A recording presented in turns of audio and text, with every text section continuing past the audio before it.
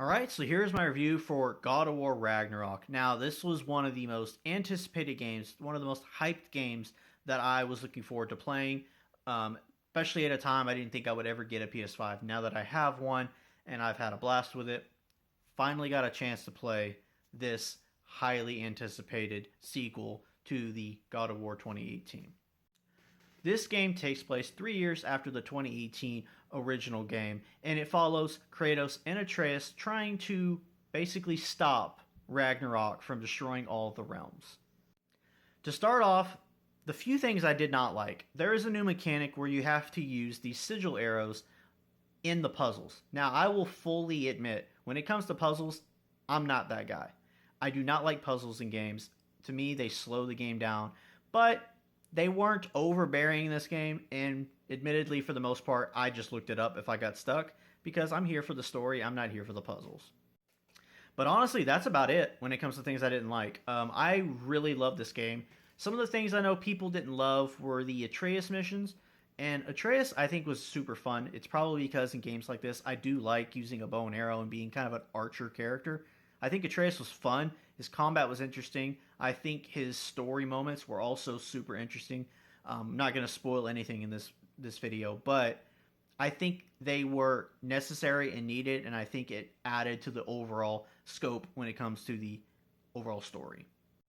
Kratos is obviously phenomenal to play as. I prefer the combat much more in this game because you have so many different varieties with weapons and styles. You could basically play most of the game with just the Leviathan axe if you want, or the Blades of Chaos. But the ability to have them from the get-go and being able to switch with a really great skill tree when it comes to upgrading your weapons how you want to play, I think there's a lot of options mixed with Atreus's own skill tree makes the combat an absolute joy to play, and it's honestly extremely thrilling. For me, I think the story was phenomenally better. Like, I absolutely loved everything about this. For one, getting to actually meet and interact with some of these Norse gods that we heard about in 2018, but didn't get really a chance to interact with, like Odin, Sif, or even Thor. Great characters. Side note, Heimdall might have been my favorite when it came to side character or god in the game. Super thrilling, super fun to interact with. Was he kind of frustrating? Yes, but he was playing it to perfection.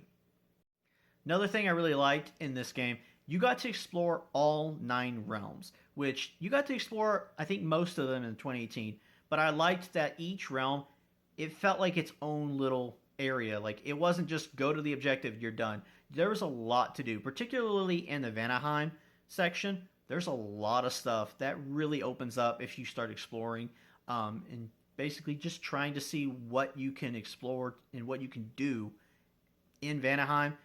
Really impressed me. I thought it was just going to be a pit stop to the main quest. No, there's a lot that you could do there. Overall, it's a God of War game, so all the action was great, the set pieces were great, the dialogue was great, voice acting, characters across the board were great. Now, my hot take for this game is I actually think this is one of the best games I've ever played. I have basically no criticisms. It is a absolutely epic conclusion to Kratos' Norse saga that he's on, and I think it's an interesting wrap up to the Norse section of Kratos' story. If you haven't played it, I do highly recommend you check it out because I don't say one of the best games I've ever played very lightly, and I do think it's up there. So definitely check out God of War Ragnarok. I loved it. I feel like anyone who loves God of War is going to love it, so definitely check it out. Super high recommendation for me, probably a 10 out of 10 if I was giving a ranking.